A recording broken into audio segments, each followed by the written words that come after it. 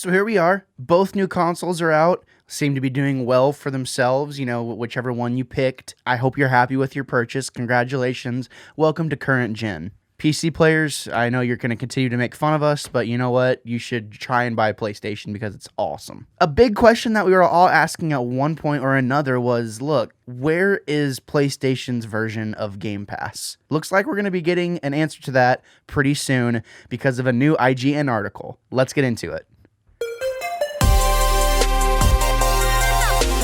Welcome, all fellow wannabes. Welcome to the channel. I am Gabriel Fast. I do claim to be the wannabe critic. If you're an Xbox fan or even a PC fan at this point, you have probably no doubt taken advantage of the epic deal that Xbox Game Pass is. You pay $15 a month or whatever it is on PC and you get access to all these new premier games, including Xbox first-party titles. It's a great deal. Since Xbox releases several exclusives a year, it's almost like you're basically getting those exclusives and more no matter what. And the cool thing is, as I said before, is it is available on PC. So then PC players get to access that exact same bonus or that exact same value that all these other Xbox players get access to.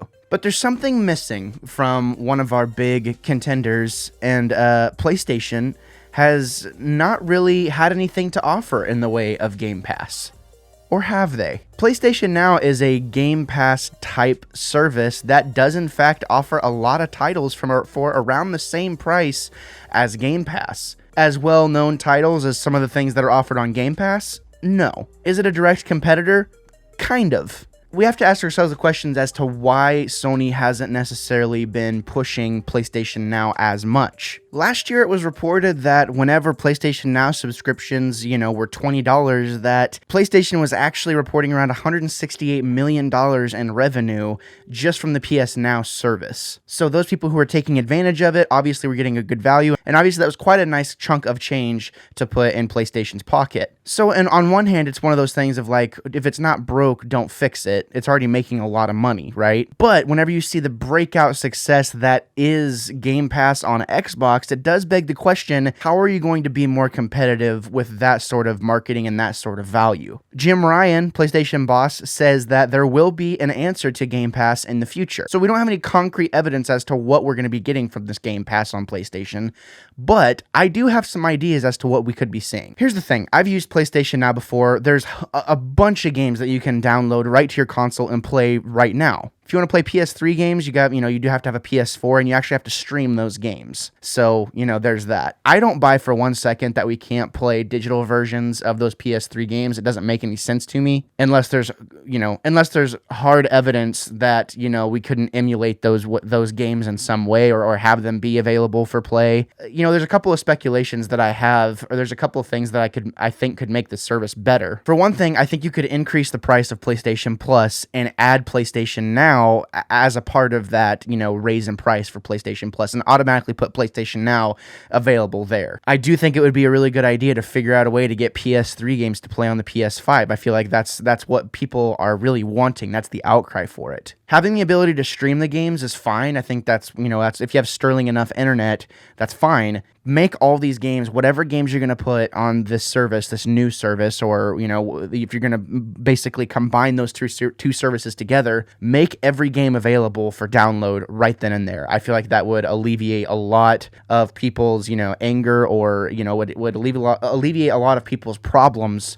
with the service of PlayStation Now. Because here's the thing, PlayStation Now has even gone down half in price, I think, in attempts to be more competitive with Game Pass. So there's that. But Sony hasn't really been pushing, the whole PlayStation Now narrative. Why would they not be pushing that? Well, how about the biggest thing in the fact that they just tried to release several huge games at the same time of releasing their brand new console. Whenever you're doing that, you're not going to push, kind of a service that you don't even need to push in the first place. That's the thing. Sony doesn't need to have a Game Pass. I think eventually it's inevitable, but I mean, at this point in time, like the interest is in PlayStation.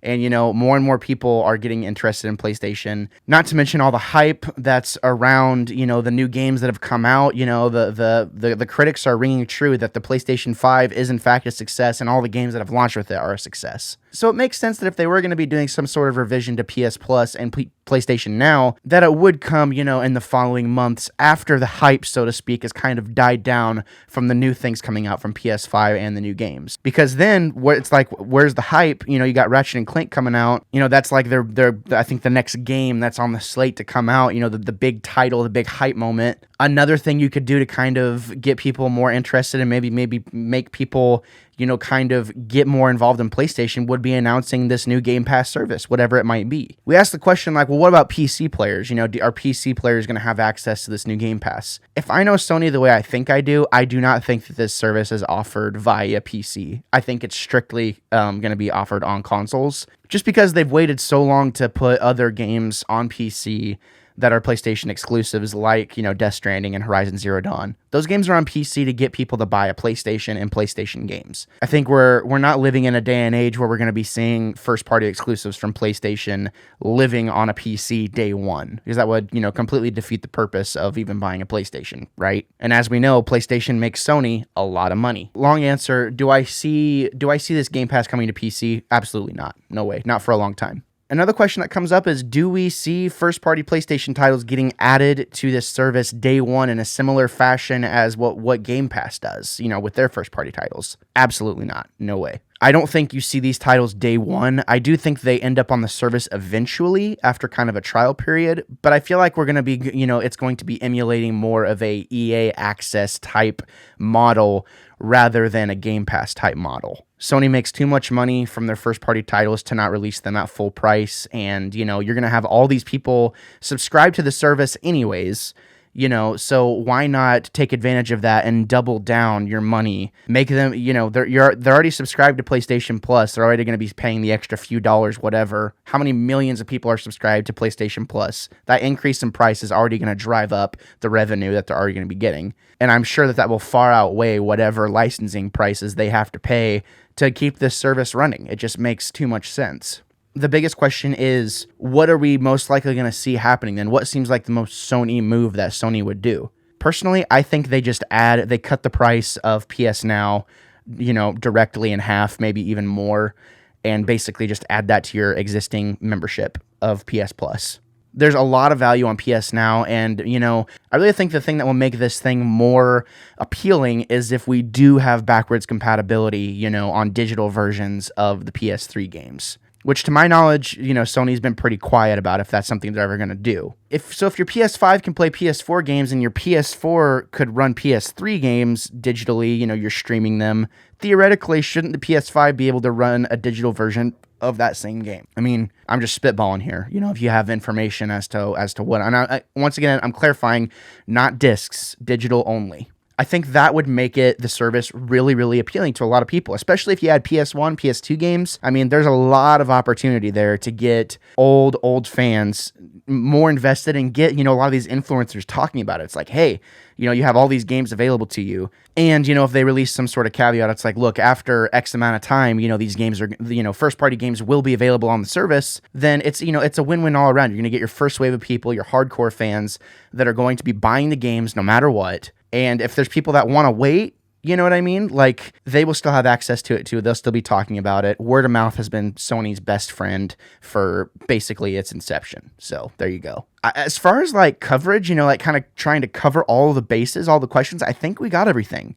PC players aren't getting access to this service. PS3, PS2, and PS1 games would be a really nice addition to a service like this and give us extra incentive to want to talk about it, as well as be fully invested in it. PS Now and PS Plus will probably become the same thing. They will probably be one and the same. That'll be the service that is offered. So I think that's about it. In terms of what's available to you now, PlayStation Plus, you get free games every month as long as you're a PS Plus member. Not to mention if you're a PS Plus member, now if you have a PS5, you get those 20 games, that great value, all these bestsellers and stuff like that. And it's a great value, to be able to have even those games. So there you go. Well, that's going to wrap it up for me today. I appreciate you listening to my thoughts. If you listen to the entire thing, I really, really appreciate it. This has been a lot of fun to talk about more gaming content, and kind of like embrace the idea of doing more things on this channel. And it's just been a lot of fun and not being like nailed down to one specific, idea or one specific niche. Like, I can talk about pretty much whatever I want. So I really appreciate it. So thank you for stopping by. If this is your first time here, consider subscribing. It would mean the world.